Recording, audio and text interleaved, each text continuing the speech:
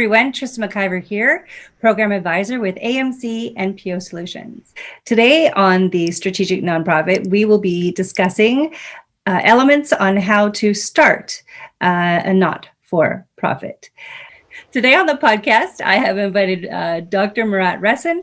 He has over 20 years of experience with international business and real estate development and has completed his Ph.D. in economics with a specialization in small business crisis management. Dr. Marat Ressin has successfully invented and rehabilitated over 30 businesses from a variety of industries. He is the founder of YETI in Toronto, Ontario, and also carries the roles there of acting professor, program advisor, manager of partner and investor relations. Dr. Marat Ressin is also an instructor at Schulich Executive Education Center in Toronto, Ontario, and also a professor of small business economics and head of the academic department in Plekhanov, Russia, University of Economics in Moscow, Russia. Wow, that was a handful. You have done a lot in your lifetime, sir. You did it. Thank you, and hello to everyone. Welcome to the Strategic Nonprofit Podcast. Thanks for having me. You're welcome. You're welcome.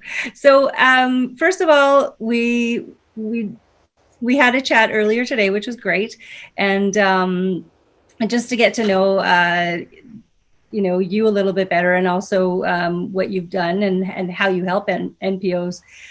You started this organization called YETI. Can you explain a little bit more about that, and also the program that you offer for people, for executive directors that are just starting out? Sure. So YETI is York Entrepreneurship Development Institute. Mm-hmm. It's a charitable organization and a university-linked business accelerator, which runs different programs, mostly at Schulich School of Business in York University in Toronto. We're doing well. There's a Swedish organization called UBI Global that ranks university business accelerators every couple of years. And for several years, they ranked us as number one in the world. So we're proud to see our results, yes. So we run different programs for startups, for international entrepreneurs. And from the very beginning, and it was very important for me and for all of us, we run a program for non-for-profits. The idea of the program is to help founders of non-for-profit organizations to be more business savvy, because all of us, I'm included because I'm the president of a charitable organization as well, right? We all have big hearts and we want to make this world a better place. But I believe we need, on top of that, we need some knowledge, some practical knowledge, how to do it better. I normally say, think of a car. When a car is going on the road, why is it doing so? There are several answers. You may say, it's because somebody is suffering there and I want to help them. Or you may give a different answer. That because of the fraction of the wheel on the road, right? Yes, right. That's two different reasons. So if you have a big heart and if you want to help somebody somewhere, but you still need the wheels to go, right? Absolutely. So this practical knowledge that we give does not substitute this willingness to help, right? It just gives additional tools and instruments to do it better and to be less dependent, let's say, on grants, donations, to be sustainable. Yeah, well, exactly. And we heard about you guys through your outbound reach to us, and we did a podcast already, as you know, with Rick, and we're happy to know that there is something like this out there to be able to help not-for-profits and their founders, because everybody has a great vision, but how do you get to that next level? How do you get funders? How do you explore your vision? So in terms of visioning, please share what you would, your knowledge on how to guide someone through that. Absolutely. So I believe that when somebody wants to start a non-for-profit organization, as well as any organization or any project. Everything in life is a project. Even life itself is a project, right? Yes. So everything has to be considered this way. We need to plan it, and we start from visioning. Mm. What's visioning? Again, if you see a box, like how many things you may do with a box? Not too many, right? You may put something on it, you may step on it. What else? But if you switch on a light and you see it's not just a box, it's a computer, how many things now you may do with this item, right? So visioning, generally speaking, is the ability to switch on a light on your project.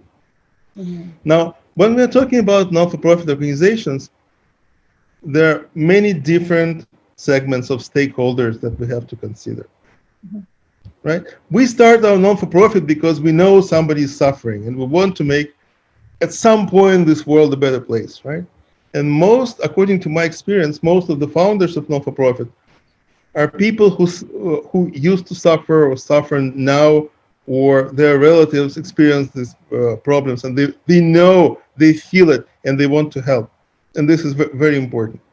So we know what kind of problem we want to solve. However, we have to consider different other stakeholders in our organization, because when we work with for-profit startups, we think of customers. For non-for-profit, customers consist of different segments.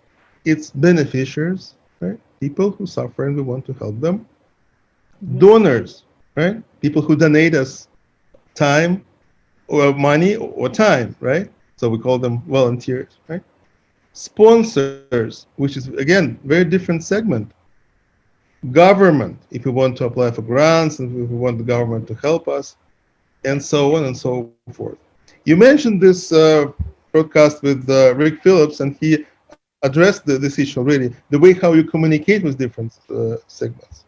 But before you actually communicate, you have to think, what are the problems that they have, right? As I normally say, don't sell soup to donors. Rick mentioned it. Different segments have their different problems. Mhm. Just to show an example, if you think of a toy store, who is the customer? Is it kids or parents? Parents. Will parents buy something if kids don't like this toy? I Uh, doubt so. Probably So, not. Yeah, yeah. so the good answer is both. It's Right. both. That's Yeah, true. yeah. So for non-for-profit organization, it's all this segment that create your vision. They all very important part of your customer, let's say customer base, right? And we have to consider all of them. What kind of donors may be interested to work with us? What kind of sponsors, and so on. I normally say, create a 3D picture of your vision, and don't go anywhere until you see this 3D picture, right? If you look at a pyramid, right? If Yeah. you if you look from one perspective, it's a triangle and nothing else. If you look from other perspective, it's a square and nothing else, right? And so on. So Yes. every segment have to be able to see exactly what they need. They have to understand that we understand that their problems, not our problems, their problems, and we address it. And our venture, the vision of our venture, it's what they need and nothing else. And that's the way, for example, how we started YETI 6.5 years ago on the highest level in Zurich School of Business, with support of high-level donors and mentors,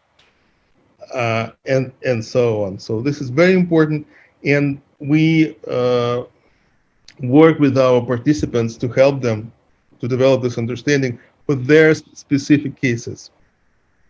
So with the vision, like visioning, so that would be figuring out what their target market for Yeah. So it's always sorry. that's okay, for the community that they're wanting to help, where they could look for funders.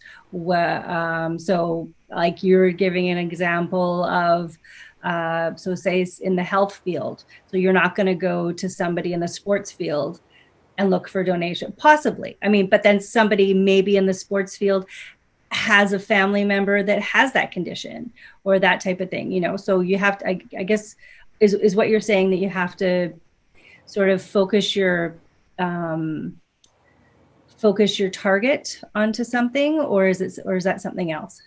So first of all, the first step is to understand that the vision is not a flat thing. Okay, it's a 3D picture which consists of interest of all different stakeholders.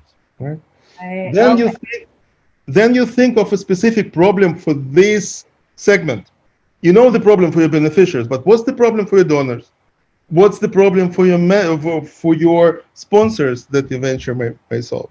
What's the problem? What is the current existing solution? Right. What's the Yes. solution that you may offer, and why is it better? Not the solution for your beneficiaries only, the solution for other stakeholders as well, which is Ah, different. right. Yes. Okay? Yes. So, what's your value proposition?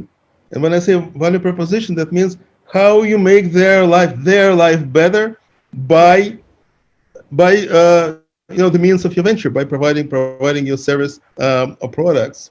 And then it's one more important element. I call it bottom line, which means how the society in general will be different because of your venture on the market. And for every segment, so Mm-hmm. write this, for example, write this for your beneficiaries, then write this for your donors, write this for your sponsors, write this for government, and then create a 3D picture to make sure it's the same item, right? From one side, it's Mm-hmm. what your beneficiaries want. From the other side, it's what your donors and sponsors will want, and so on. I can give you one little example. Yes. One lady came to us, and yeah, she has a wonderful charity which exists for many years. She creates programs for teenage girls. Mm-hmm. Okay, so she has 3,000 teenagers on her list, and she said, "You know what? We have donors, we have grants from the government, Mm-hmm. but we are struggling with the sponsors. Every time I ask for sponsorship, people are like, eh." I said, "Okay, so let's think. Who sells anything to your customers? Let's say, Yeah. right? So if you put this question to yourself, everything's very clear. Okay, the girls tomorrow will become ladies, right? Who sells anything to ladies? Oh, You know, oh, boutique stores. media, social media, Instagram, all that Yeah, stuff. I mean, what kind of businesses sell any product to ladies? Maybe boutiques, for example, right? Oh, okay. Yeah. Yeah. Perfume I mostly stores shop on and, Amazon. and and everything, right? Yeah. Cor- Correct, correct. Yeah. So I said, come to this type of ventures and tell them, hey guys, what's their problem? They want more sales, right? They want new generation to know about their brand, right? Great. So Yes. Yes. yeah, so come them and say, you know what? We have 3,000 teenage girls in our list. Do you want them to recognize the brand in future when they will become customers of yours? And all of them, all the potential Yeah. sponsors said, for sure, like this, immediately she created the list of sponsors. That's Uh, how proper clarification of vision works. And so, we discussed all of this during our program. so yeah, it sounds like because you're kind of targeting your outbound specifically, if it would be email outbound or even asking for sponsorship, but targeting it to the specific group that you're looking for, as you said. So if It's it's a part, donor, if it's this, it's you can't just use just one blanket way to absolutely. approach. You have to, yeah, Yeah, yeah, it has to be a very different side of your 3D vision for yes, every segment that you're working with. right, right. Yeah, and Yeah. during our course, we give different tools and instruments how to do it, how to understand it better for Yes. yourself. And by the way, coming back to our program, Yes. now with this situation with pandemic, as I always say, see the problem as an opportunity. Right? So this Yes. problem, right? Yeah. This Yeah. problem gave us an opportunity because we're transferring now our program to online platform, right? Yes. Yeah. And previously, only people who may commute to York University in Toronto were able to attend, right? But Exactly. Yeah. now this is first time we run this program online, and we have participants from British Columbia, from Quebec, from Manitoba, I believe, and from all the other places, which is great. We have bigger Oh, influence. that's fantastic, right? And you probably, I mean, eventually you probably would have gone to an online platform just because everybody's doing it, like it's sort of the way of the future. But this pandemic definitely sky catapulted many people and organizations into this world. And I was chatting with, I think it was Maria at YETI, and she was talking to me about your course, and this was before the pandemic, and how it's available in Ontario, blah blah blah. And then the next time I'm chatting with you guys, it's like, nope, it's everybody from across Canada. So I'm sharing with people that need some help starting their not-for-profit organizations, and getting them to reach out to you guys. So that's great.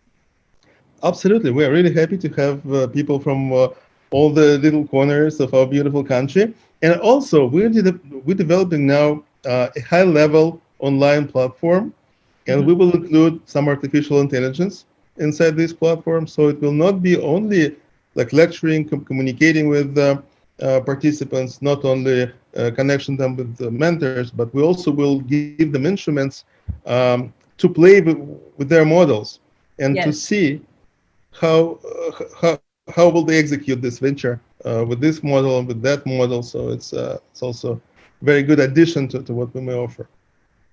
That's great. Yeah. And how you mentioned a little bit about the stakeholders in our chat earlier. Why are they so vital to a nonprofit organization? I'm sure a lot of people know, but maybe new founders maybe need a little bit more explanation, or just is it just the now, or is it important for the future too? Is kind of what I'm getting at. Oh, absolutely. First of all, if you create a non-for-profit organization, it has to be sustainable. This is a very important thing. It has to be sustainable. It's the biggest problem of non-for-profits that we have here in Canada. We have great government that issues grants and help and all this stuff, right?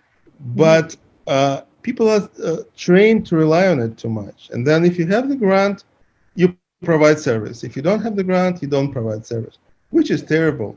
I know one charitable organization that had a huge problem because they used to receive money from specific source, and then this source wasn't able to support them anymore, and it was a quarter of their budget.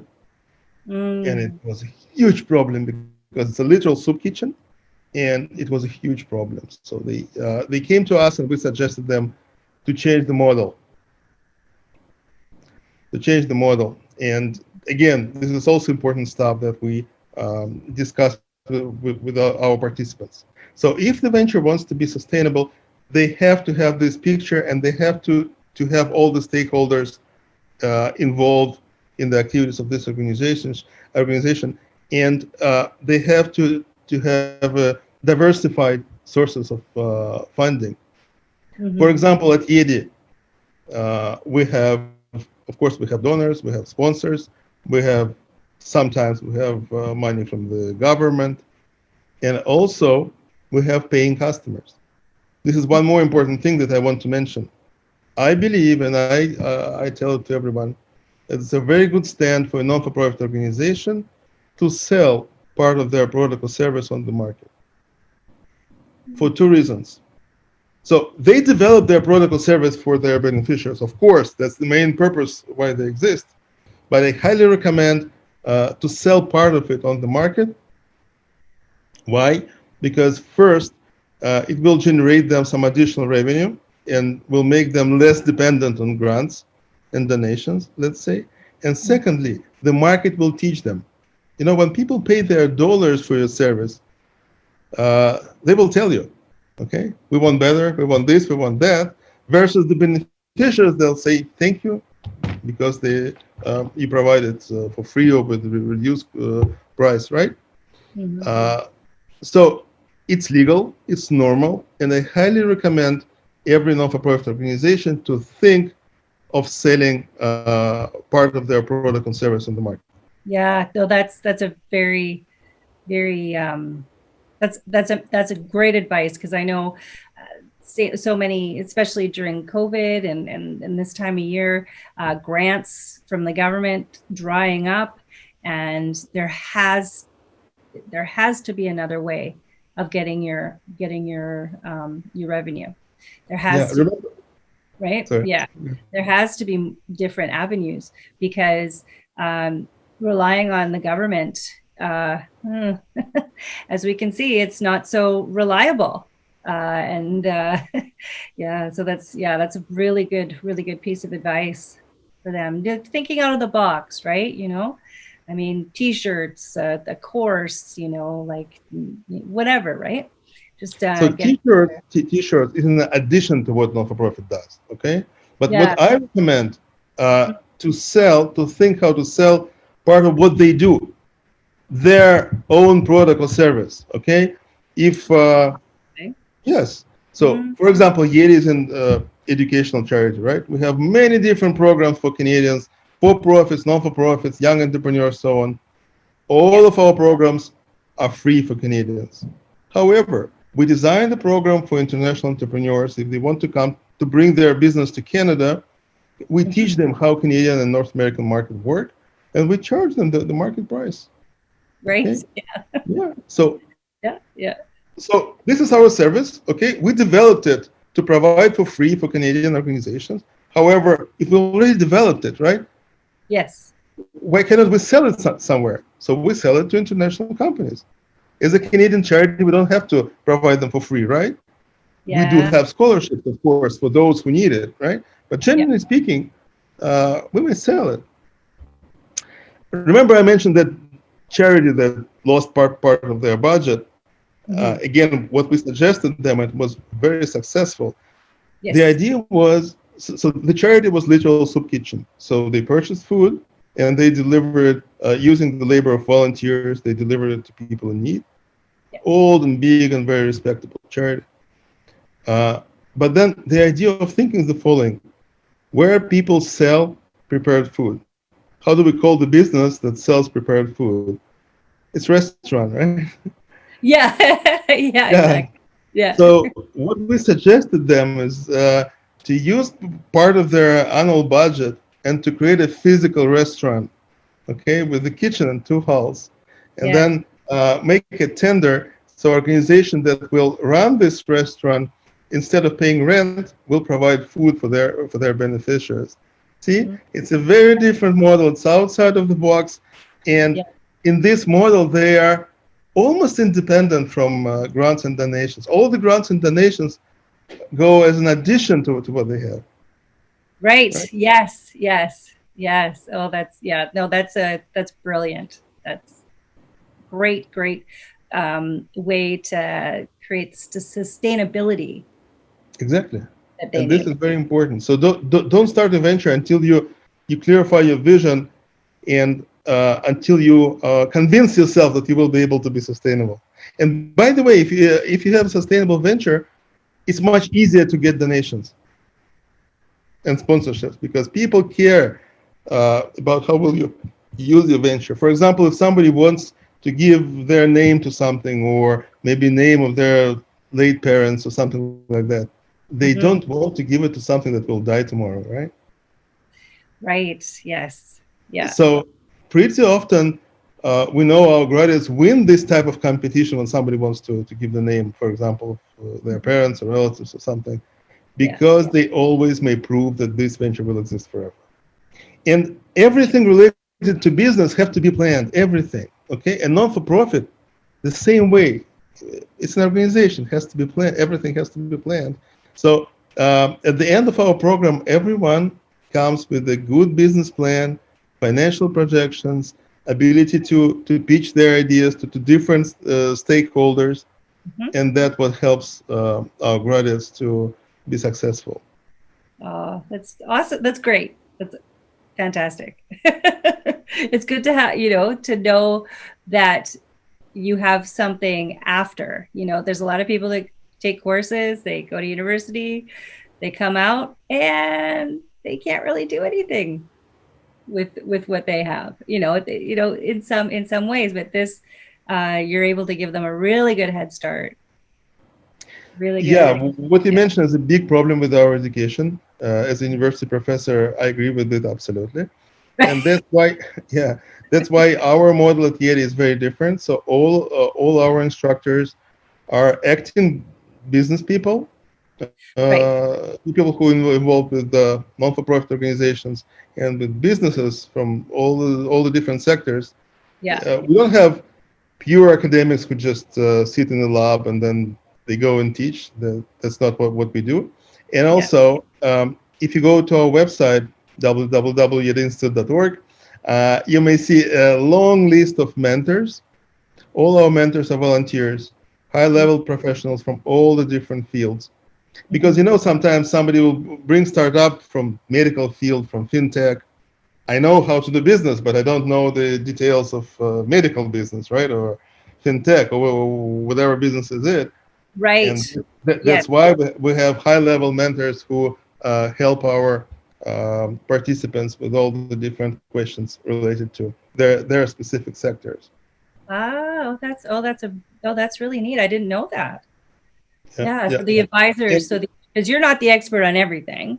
I mean, no, I'm not, no, I mean, we try, but, but that's amazing that you have, advisors from different walks of life of not-for-profits, or as you say, the medical field, maybe the geoscientists, that, and they can help food um, industry, everything. guide them in a good direction of where they need to go, who they might need to speak to, and that's Yeah. great. So how the structure of our program works, we have instructors. Mhm. We also have program advisors who connected to this specific venture and will help them Yeah. throughout their way during the program and after. Mhm. And we have mentors, and program advisors decide when and which mentor have to be connected. Okay. Yeah. And then the organization during the program, and by the way, the program takes a semester. It's once a week, but we Okay. assign many milestones in between. So we work together to develop this venture with all the details. So when people graduate, they still connected with their program advisors, with mentors, and Mhm. we do different alumni events. We invite interesting people, some important connections from all the different fields, like legal stuff, whatever, Yeah. Yeah. everything. Yeah. So people always feel, connected with this big Yeti family. Yes. Yeah. A good resource. Yeah. Very good resource. So, is there anything that you'd like to share that maybe I missed, or anything for our listeners? Well, there are many, many, many things that I'm happy to discuss, right? But in this short period of time, I think it's okay. But what I want to say that Yes. Here please come to our program, right? So the next cohort will be started in March, and I believe we will open the application portal in something in the mid-December. we go. Okay. It is to say that our programs, since it's the high-level programs and they are free, of course, Yes. uh, they are competitive. So for our for-profit stream, we have approximately 30 applications per seat. For non-for-profit stream, it's much easier. It's approximately 4 to 5 applications per seat, but Okay. it's still competitive. But we try to help everyone. Even if we cannot accept people at this moment to the program, we always try to give some advice, and maybe next time we will be able to accept them. Perfect. Perfect. Well, thank you so much for joining me on the podcast today. And if you want to learn more, it's www.yetiinstitute.org. Yet Institute, yetinstitute.org. YETI-institute.org. Thanks, Marat. Very nice Thank to you have very you much. It was a with us pleasure to today. be with you guys. Okay. Bye. Bye. All right. I will try to not speak with a heavy Russian accent in return, but I will fail. Oh, that's I'm fine. kidding. I'm kidding. It is who you are, right? Today on the Strategic Nonprofit, we will be talking about not-for-profit. No, yeah, of course. Okay. Everyone is pregnant here, so every time you call, somebody's here, somebody's not. Yeah, right. Okay, so there's always somebody.